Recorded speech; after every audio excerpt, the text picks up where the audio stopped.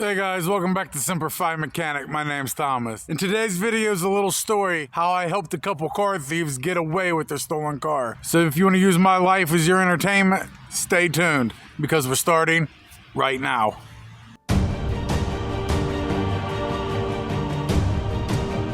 Alright guys, I'm going to set the scene like I always do for you. Now this story time, which everybody seems to like, it seems like people like these little story times. They like using my life as their entertainment. This story time is not recent. This one happened a while back. I wasn't even a business owner yet. I didn't even start the mobile mechanic business, nothing like that. But I was still working on vehicles on the side. Well, I get a call from a buddy that knows a buddy that knows a buddy. One of them type things, right? Says he's got a new vehicle he just bought from the auction and he wants me to come out and do a tune-up. Well, okay, no big deal. Asked him what kind of vehicle it was. It was a 2002 Chevy Express 3500. It's them white work vans you see driving around all the time, one of them kind of vehicles. So I talked to the guy. Now, remember, the guy that just bought this vehicle, I personally don't know him. There's a few degrees of separation here. Anyway, I'm still going to take the job. He wants me to come out and do a tune-up on it. And he also said, hey, can you put my license plate on for me? This right now, it doesn't have a license plate. I was like, all right, whatever, no big deal. It's only a couple bolts, you know. He just don't want to do it. I've had people ask me to change their license plate for them while I'm doing something else. Doing an oil change, they're like, hey, I got my new tags, can you put them on? No big deal, just throw them on.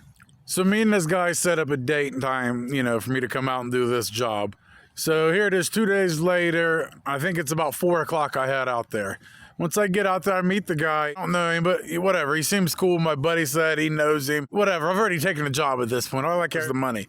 So I get out there and I meet him. Everything seems good. He's joking, laughing, making jokes. Everything's good. Now, we didn't talk about price before, but I'm like, all right, man, let's talk about some numbers real quick. Now, he already has the part. I was like, all right, for the tune-up, the fluid changes, throwing the license plate on, I said, I'm going to do you about, and he stopped me. He goes, if you can get this vehicle done by 10 p.m. tonight, I'll give you $500. And I was like, that's a deal, because I didn't even know what to charge. Remember, I don't own my business at this time. I'm just your neighbor that works on four-wheelers, and you want him to fix your car. So I have no idea how to do the pricing. I was going to say like $150.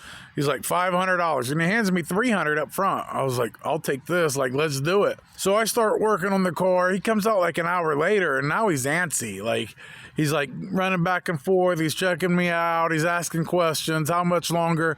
And I'm like, man, I just started. I barely got done with the oil change. Like, it's going to be a minute. Well, he goes back in. He comes out a little bit later, and now he's more aggravated. Now he's like, man, let's just fucking hurry up. Now he's kind of being a dick. So, but I stay quiet. I don't know him. And I'm at his house, and there's like 4 or 5 other guys there. I'm not going to just start popping off at the mouth and get beat up. So I was like, all right, man, I'll hurry. I'll try. Remember, we started about 5 o'clock. He wanted it done at 10. Well, here it is, 8 o'clock. He comes running out. He says, wrap it up, man. I got to leave. And like, he's rushing me. I was like, all right, man. So I put my stuff away. And I'm like, hey, brother, I didn't get it all done. And as I'm talking, he takes the $200 that he owes me, and he just throws it at me. He's like, man, just get out of here. And like, I'm pretty aggravated at this point, you know, but I was like, I'm just getting the money and leaving. I'm a pretty patient dude. I don't like conflict. So if I can avoid it, I'm going to, you know. I don't have this pride where I'm like, oh, you talk down to me or you flip me off in traffic, I'm going to come after you. I don't have that in me. A while back I did, but at this time it was already gone. I was like, all right, man, whatever. I took the money and I left. Well, I called my buddy on the way home, the one that knew the guy, and I was like, hey, man, that guy, he started acting really weird, man. He's like, what do you mean? And I started explaining it to him, and he's like, well, he did just get out of prison. And I was like, what? Just got out of prison? I was like, for what? He's like, well, I think he had a chop shop, and he did like 10 years. I was like, wait a minute. He had a chop shop and you got me working on this vehicle? I said, I just put a Florida tag on the back of this thing, but I had an Ohio tag up front. He's like, really? He did that? You know? And I was like, you don't think that you should have told me that this dude was selling cars or stealing cars, selling them, getting them chopped up, and he went to prison for it? Like, that ain't something you should tell me?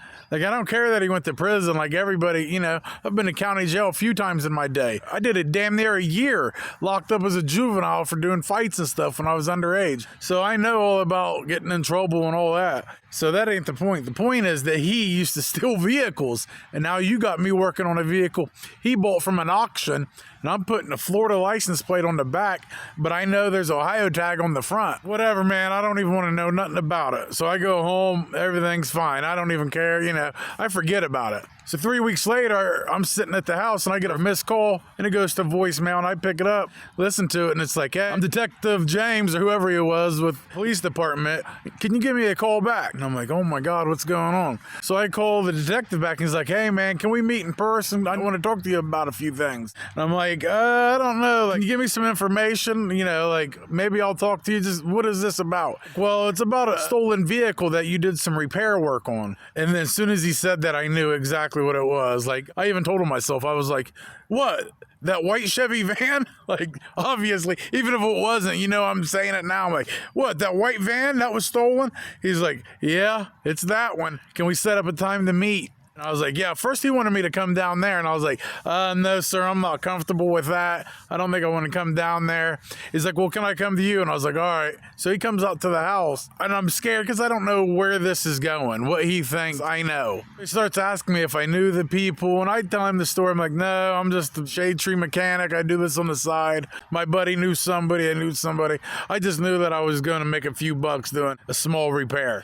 He's like, well, the van that you worked on ended up being confiscated on the border. I don't remember the exact amount, but I do remember him saying there was like $100,000 worth of drugs that was caught in that vehicle. So here I am trying to prove my innocence again, but I did have text messages and all that stuff because like usually nobody deletes their texts. I didn't either, where I was texting with this guy and I was able to show the cop. I didn't know anything. I didn't know the car was stolen. I didn't know who the person was. And then he asked, so when you go to work on vehicles, do you make sure they're the owners of the vehicles? No, not at all. I said, you know, I just assume if somebody calls me to work on their vehicle that they own it. He said, well, maybe in the future you need to start checking registrations and making sure the people actually own the vehicle. Now, I didn't get in any trouble with that, but it did spook me. And I was like, man, I just went and helped these guys get away because they didn't get caught then. They got caught 2 weeks later. Well, that vehicle that I worked on, they stole that vehicle 2 days earlier. The day that they talked to me, when we first talked, they stole that vehicle that day and actually stole it from a hospital. And it was an older man there visiting his wife who was terminally ill. And the husband was there. The guy was like 75 years old. Used to be a painter like that, and he still had his painting truck. That's what that was. And these assholes stole that vehicle, hired me. I got it up and running for them so they could go deliver drugs. This old man's out of a vehicle, and I done helped the car thieves get away selling drugs to kids. So I didn't get in any trouble with that, but I did feel pretty bad about it. And I was like, man, that's how easy it is, how you can get caught up in something. You always hear about like innocent people going to jail, you know, things like that. If that cop didn't believe me, if I didn't have proof showing that, hey, I didn't know these people and this was just a job, I didn't know it was stolen, I thought I was a part of it. And I'm the mechanic for the thieves. They bring it to me and I get it running so they can get out of here. Like I'm part of the chop shop. My mobile mechanic business would have never got started because I already got caught helping stolen vehicles. Wouldn't even have got my business started. You think I would go and check the driver's license and registrations, but you don't do that stuff. Even to this day, if somebody calls me and says, hey, I got a 2005 Honda and I need my spark plugs changed, will you come out?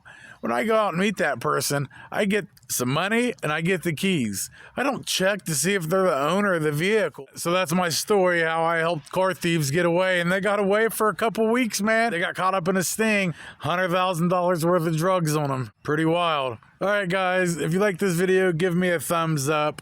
If you haven't subscribed yet, please do so. Like I said, we're trying to hit 2,000 by January 1st. I don't think we're going to make it, but that's still the goal.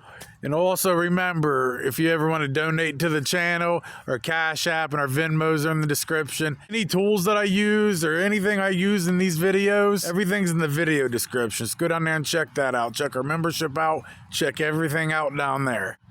And like I always say, Semper Fi till next time.